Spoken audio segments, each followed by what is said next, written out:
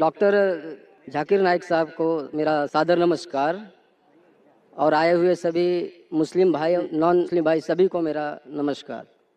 सबसे मेरा सवाल यह है कि ईश्वर अल्लाह गॉड जो परम सत्ता है वह किसी जात मजहब भेष किसी स्थल का मोहताब नहीं है। वह ज़र्रे ज़र्रे में है। कहते हैं, हिंदू भी कहते हैं कि ईश्वर कण कण में है। मेरी उम्र वैसे तो अभी 49 की है, लेकिन मैं एक स्कूल में अब दाखला लिया हूँ जिसमें अब मैं बड़ा शिशु का ग्रहण कर रहा हूँ। अभी बड़ा शिशु में हूँ, तो वहाँ पर इस खुदा का जिक्र भी किया गया और उसका दर्शन भी कराया गया। कहते हैं कि सही मुसलमान वही है जो इस मुसल्लम को जाना है, देखा है, जो यहाँ नहीं सर्वत्र है। इंग्लैंड, अमेरिका, पाकिस्तान, सारा जहाँ जो है वही ईश्वर अल्लाह गॉड है। वह किसी समय किसी का मोहताब नहीं है। सवाल यही है जो हमें ईश्वर के बारे में बताया गया है, तो वो ईश्वर यहाँ पर मौजूद है और डॉक्टर जाकिर साहब उसे दिखा सकते हैं। भाई साहब का सवाल है कि उसने कहा है कि उनकी उम्र 49 इयर्स की है और उसने अभी अभी दाखिला लिया है और उसे पता लगा है कि ईश्वर महान है और ईश्वर ज़र्रे ज़र्रे में मौजूद है और वो सच कहता है, ताकतवर है। अक्सर चीज़ें आपने जो ईश्वर के बारे में कही है काफ़ी हद तक सही है, लेकिन इसमें कुछ मिलावट थी। आपकी हिंदू फिलॉसफी की और इस्लाम की मिलावट थी। आपने कहा कि ईश्वर यहाँ मौजूद है, सब जगह मौजूद है और अगर मौजूद है तो दिखा सकते हैं क्या नहीं। जी ये हिंदू फिलॉसफी है कि ईश्वर सारी जगह मौजूद है। कुरान मजीद में अल्लाह ताला कहते हैं कि ईश्वर अर्श पे है। ईश्वर की ताकत सारी जगह मौजूद है। Allah has power over all things. Allah की ताकत सारे कायनात पे है। जापान में, इंग्लैंड में, हिंदुस्तान में, वो चाहे तो कुछ भी कर सकता है, चाहे तो। लेकिन ईश्वर सब जगह मौजूद है, ये किधर भी नहीं लिखा है कुरान में, ना कुरान में ना कोई भी सही हदीस में, क्या ईश्वर सारे जगह मौजूद है। ईश्वर अर्श पे है। और आपने कहा कि ईश्वर अगर मौजूद है तो जाकिर साहब ईश्वर को दिखा सकते हैं क्या नहीं। जाकिर साहब ईश्वर को नहीं दिखा सकते, क्योंकि ईश्वर फरमाते हैं, अल्लाह ताला कुरान मजीद में फरमाते कि इस जिंदगी में आप उन्हें देख ही नहीं पाएंगे। मूसा अलैहिस्सलाम का जिक्र आता है कुरान मजीद में। मूसा अलैहिस्सलाम हमारे पैगंबर, वो अल्लाह से दरख्वास्त करते कि मैं आपको देख सकता हूँ, मैं आप में मानता हूँ कि आपको देख सकता हूँ। तो अल्लाह ताला फरमाते कि उस पहाड़ को देखो, उस पहाड़ को एक झलक दिखाऊंगा, आप पहाड़ को देखो क्या होता है। तो अल्लाह ताला जब अपनी झलक दिखाते उस पहाड़ को देख के मूसा अलैहिस्सलाम बेहोश हो जाते। पहाड़ को देख के, ईश्वर को देख के। ईश्वर को तो कोई देख ही नहीं सकता है। ईश्वर को हम अगली जिंदगी में अगर इस इम्तिहान में सफलता पाएंगे, कामयाब होंगे, जब जन्नत में जाएंगे तो इंशाअल्लाह हदीस में आता है कि हम अल्लाह का वजह देखना चाहेंगे, उसका चेहरा देखना चाहिए। इस दुनिया में नहीं देख सकते, देख ही नहीं सकते, मुमकिन ही नहीं है। हमारे पैगंबर मूसा अलैहिस्सलाम भी नहीं देख सकते थे। तो आप अगर पूछेंगे कि अल्लाह मौजूद है तो दिखाओ। और एक चीज, मौजूद होने के लिए दिखना जरूरी नहीं है।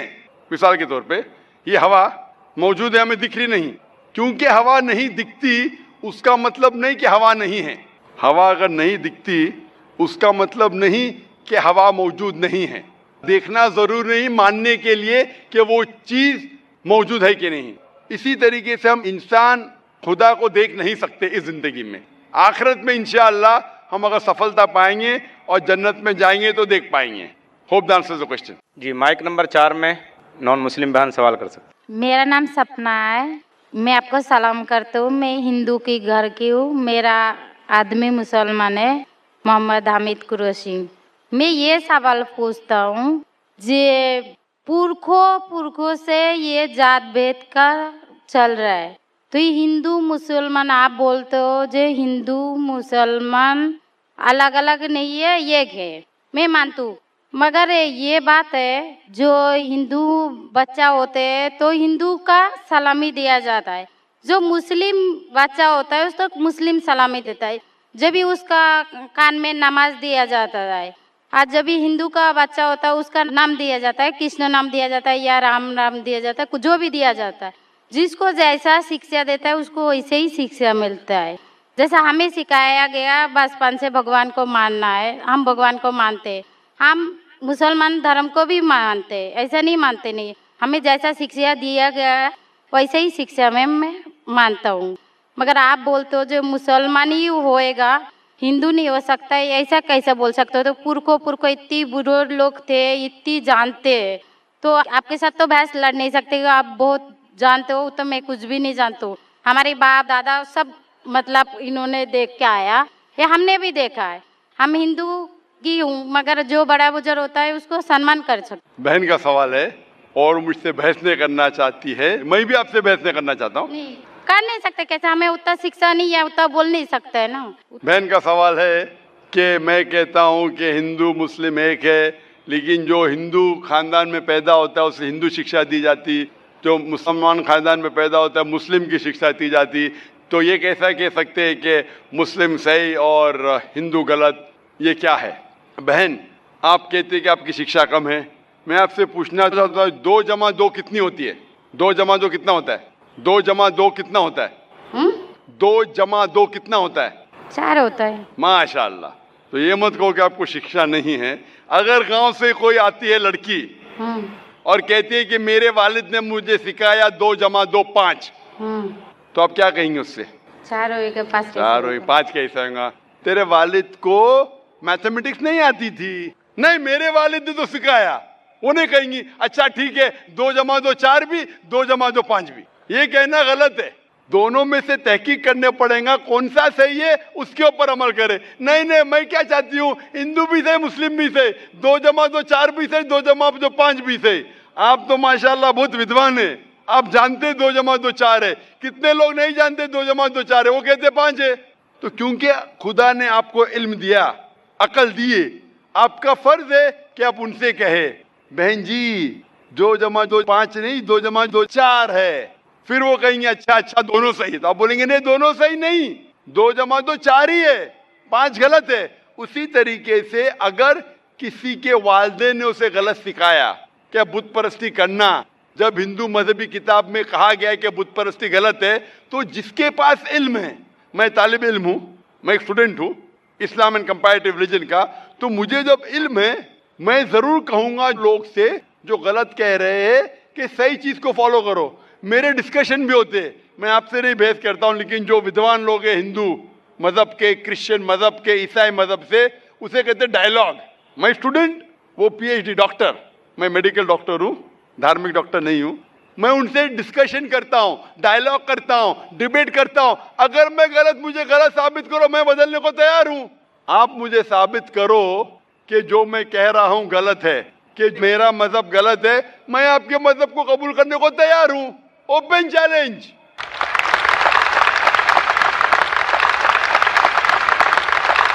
मैं क्यों कह रहा हूं?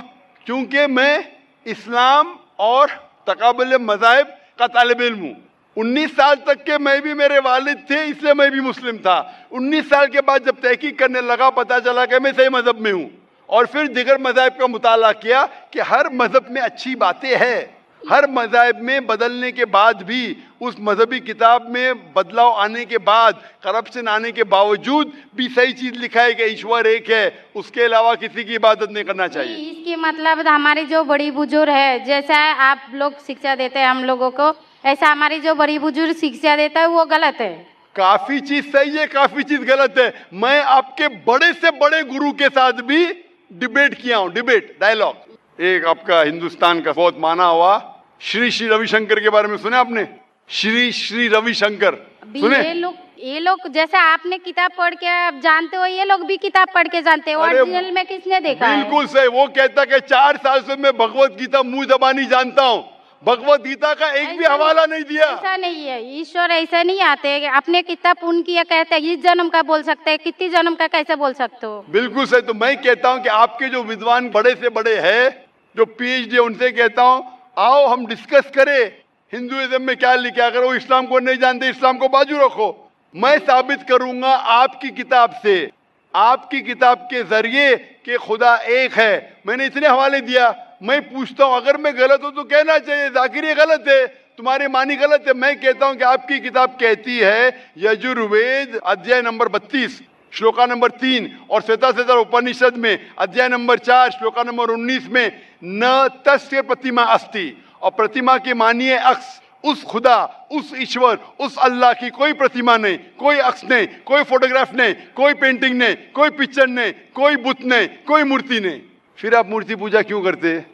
मूर्ति नहीं पूजा करेगा तो ईश्वर तो रख सकते हैं, जैसे शिक्षा दिया गया है, किताब में लिखा गया है। अगर शिक्षा मूर्ति गलत पूजा दी, नहीं दे करेगा इसकी मतलब जो मूर्ति पूजा ही करो, मूर्ता को देखो गीता में महाभारत में मूर्ति नहीं है, वो पढ़ो, लेकिन आप उसमें भी तो शिक्षा है, वो कान में दो। आप मूर्ति पूजा करते हैं क्या नहीं बहन?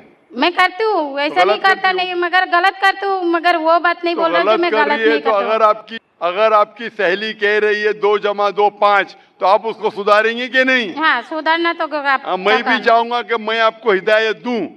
मैं कह रहा हूं कि अगर मूर्ति पूजा कुरान में लिखा गलत है, उसको बाजू रखो। आप कुरान में नहीं मानती, आपकी धार्मिक किताब में लिखा है मूर्ति पूजा गलत है, मैं हवाला दे रहा हूँ। हाँ, तो वो फिर सब आप क्यों वो कर मैं रहे मानता हैं? हूं, मगर ईश्वर को बुलाना जैसे उनको शिक्षा दिया गया जी, इस बहन, धर्म को बहन, ऐसा बुलाया एक- जाए, एक- ईश्वर को ही बुलाया जाता है। एक एक चीज पे डिस्कस करे फिर दूसरी चीज पे जाए।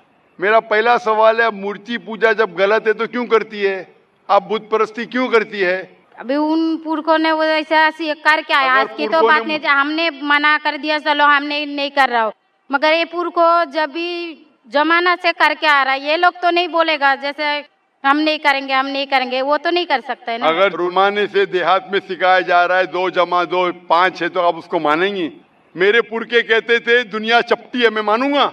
मेरे पुरखे कहते थे दुनिया चपटी है। मैं पूछता हूँ दुनिया क्या है आज? दुनिया चपटी है क्या? दुनिया गोल है? गोले गोल है। माशाल्लाह, आप तो विद्वान हैं, आप तो जानती है। तो अगर मेरे बाप दादा कहते थे दुनिया चपटी है तो क्या करूं मैं? उनकी बात को मानूं क्या छोड़ दूं? तो उस टाइम क्या जमाना चलता नहीं था? बिल्कुल सही, आज का जमाना है। आप इस उस टाइम बल्कि अच्छा जमाना था, अभी का जो जमाना है ना, अभी उस टाइम जमाना बल्कि भी अच्छा था, बदल नीक रहा है। था। पहले अभी ऐसे- नीक नहीं है। पहले ऐसे प्रचार नहीं होते थे जहाँ करोड़ों लोग एक साथ में देख सकते थे। आज के प्रचार में यहाँ लाखों लोग जमा है, लाखों लोग के साथ साथ टेलीविजन पे करोड़ों लोग देखते हैं, तो आपको कोई बहाना नहीं मिलेगा। करोड़ों लोग के सामने आपको कहा गया है कि मूर्ति पूजा गलत है, फिर भी आप करेंगी तो आपको कोई बहाना नहीं रहेगा। मूर्ति बाकी पूजा गलत है, मगर मैं एक धर्म के बारे में बोला जो उनमें जो लिखाया गया, आपकी कुरान शरीफ में जैसे लिखाया गया, हमारे गीता महाभारत में लिखाया गया, क्या मगर वो लिखा है? पढ़ना तो गुनाह नहीं है ना। मैंने कब बोला कि गीता, मैं भी गीता पढ़ता हूँ? मैंने कब कहा कि गीता पढ़ना गलत है? मैं भी गीता पढ़ता हूँ, मैं बाइबल भी पढ़ता हूँ, मैं यहूदी किताब भी पढ़ता हूँ, वेद भी पढ़ता हूँ। आपने कितना पढ़ा मुझे पता नहीं। मैं पढ़ा नहीं हूँ, मैं अनपढ़ गवार हूँ। मैं लेकिन पढ़ा हूँ। हाँ, आप इसीलिए मैं पहले ही बोला आपके साथ बहस नहीं लड़ सकती, आपकी बराबरी करना भी मेरा काम नहीं है। हाँ, तो मैं आपसे बहस नहीं कर रहा हूँ, मैं सिर्फ इल्तिजा कर रहा हूँ। मगर मैं बहस यही नहीं बोल कर रहा रहा हूँ हूँ। हमारी पुरखों ये जो करके आया तो ये क्या गलत है? इसीलिए मेरे पुरखों कहते थे कि जमीन चपटी है, दुनिया चपटी है, तो मानूं मैं उस पुरखों की बात? मैं पुरखों की इज्जत करूंगा। मेरे बड़े थे, मेरे बाप दादा थे, इज्जत करना जरूरी नहीं कि उनकी बात को मानना। अगर मेरे पुरखे कहते थे 2 + 2 5, तो क्या मानूं? मैं नहीं। कहूंगा, मैं अदब से पेश आऊंगा, मैं उनको गाली नहीं दूंगा, मैं उनकी इज्जत नहीं निकालूंगा, हाँ, बराबर। प्यार से आऊंगा, लेकिन कहूंगा कि आप गलत है। अगर नहीं भी कहूंगा तो कम से कम मेरी जिंदगी में उसके ऊपर अमल नहीं करूंगा। तो मैं पूछना चाहता हूं कि जो आपकी धार्मिक किताब कहती है, आपकी शोहर की किताब, आप शोहर से शादी किए ना? लव मैरिज था? हाँ, सही था क्या गलत था अलग बात है, लेकिन जब आप अपनी शोहर से इतनी मोहब्बत करती है, शोहर आपसे मोहब्बत करते क्या नहीं? हाँ। करते ना? मैं भी मेरी बीवी से बहुत मोहब्बत करता हूँ। मैं मेरी बीवी से सबसे ज्यादा मोहब्बत करता हूँ। मैं मेरी बेटियों से भी मोहब्बत करता हूँ, जिक्र और रुजदा से। मैं आपसे पूछना चाहता हूँ कि आपके शोहर आपसे मोहब्बत करते, वो नहीं चाहते कि आप जन्नत में जाए? नहीं। आप चाहते हैं कि आपके शोहर जन्नत में जाए क्या नहीं? जाए क्या नहीं? तो मैं पूछता हूँ कि अगर एक गाड़ी है, एक गाड़ी जब चलती है, एक पहिया है साइकिल का, दूसरा पहिया ट्रैक्टर का, गाड़ी चलेंगी क्या? नहीं चलेंगी ना, नहीं चलेंगी, इम्बैलेंस। तो इसीलिए हमें देखना चाहिए कौन सा टायर सही है। चारों टायर अगर लगा देंगे साइकिल के तो बन जाएंगे हाथ गाड़ी, अगर ट्रक के टायर तो बन जाएगा ट्रक। तो हमें ये देखना, तहकीक करना चाहिए। मैं ये नहीं कहता हूं कि आंख बंद करके आप अपनी शोहर की बात को मानो। पढ़ा लिखा होना जरूरी नहीं है, लेकिन ज़हीन होना जरूरी है। हमारे आखिरी पैगंबर मोहम्मद सल्लल्लाहु अलैहि वसल्लम, वो भी अनपढ़ थे लेकिन सबसे ज़हीन थे। तो मैं आपसे पूछता हूं, जब साफ तौर पे आपकी किताबों में, हिंदू मजहब की किताब में और कुरान में लिखा है, आपके पुरखे अगर गलत चीज कहते थे तो आपको गलत चीज पे अमल करना जरूरी है, तो आप क्यों नहीं बुत परस्ती छोड़ते?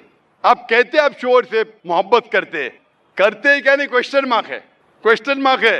ये ऊपरी मोहब्बत है। सही मोहब्बत होगी तो मैं चाहूंगा कि इस दुनिया में भी और आखिरत में भी मेरी बीवी मेरे साथ हो। आप नहीं चाहेंगे आपके शोहर आपके साथ हो क्या नहीं?